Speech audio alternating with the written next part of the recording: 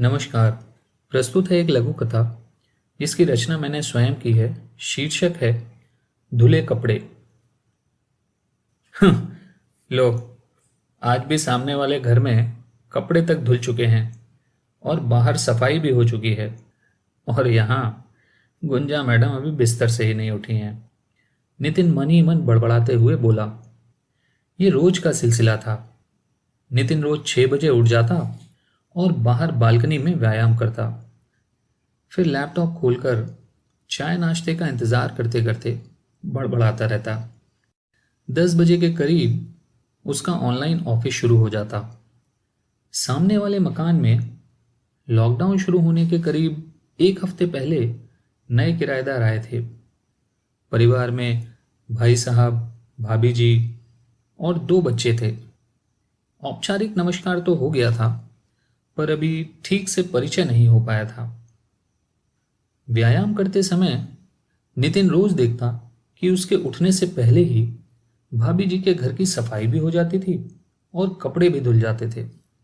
और इधर गुंजा 8 के आसपास उठती और फिर कोशिश करती कि बच्चों के उठने से पहले वो जल्दी जल्दी कम से कम झाड़ू पोछा कर ले और नाश्ता बना दे। पर जल्दी करते करते भी लगभग 10 बज ही जाते थे और तब तक नितिन बैठा बैठा झल्लाता रहता था। किसी दिन उसका मूड थोड़ा बहुत ठीक होता तो सुबह जल्दी उठने के और व्यायाम करने के फायदे गिनाने लगता। गुंजा चुपचाप अपने काम में लगी रहती। ये सब सुनने की उसकी आदत हो गई थी।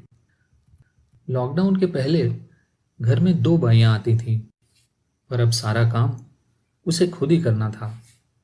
घर में 2 बच्चे थे जिनका ध्यान भी रखना होता था। रात में छोटा बच्चा जो कि 2 साल का था कम से कम 4 बार जगाता था। नितिन नींद खराब ना हो इसलिए दूसरे कमरे में ही सोने लगा था। थायराइड की वजह से गुंजा को थकान होती भी तो भी वो खींच खांच कर अपने कामों को किसी तरह निपटा ही लेती थी। आज उसे उठते उठते फिर 8 बज गया था और सर में भयंकर दर्द भी था। रात भर बच्चे की वजह से सो नहीं पाई थी। आइए आइए, वो देखिए, भाभी जी के घर के कपड़े सूख कर तह भी हो गए होंगे और यहाँ अभी सोकर ही उठा जा रहा है। अरे कभी तो जिंदगी में सुबह का सूरज देख लो। नितिन ने व्यंग कसा। गुंजा ने चुप्पी साधे हुए किसी तरह पोहे और चाय बनाई और साफ सफाई के बाद बिस्तर पर निढाल हो गई। अगले दिन ऑफिस का टाइम बदलने की वजह से नितिन थोड़ा जल्दी उठ गया।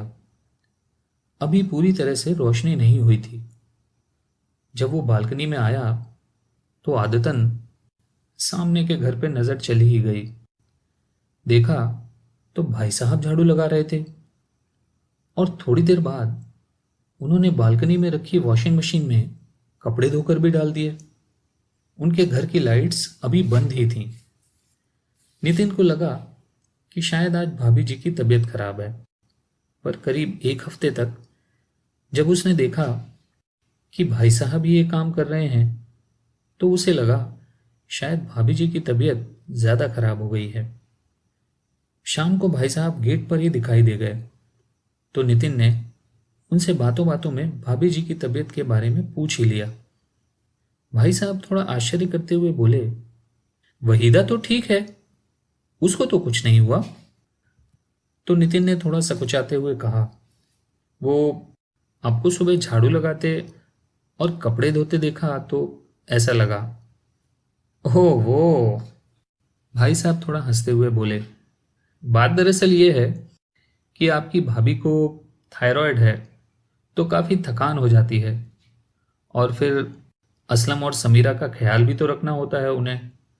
इतना सब उनके बस का नहीं, इसलिए मैंने कुछ काम अपने जिम्मे ले लिए हैं। तो ये थी कहानी धुले कपड़े। धन्यवाद।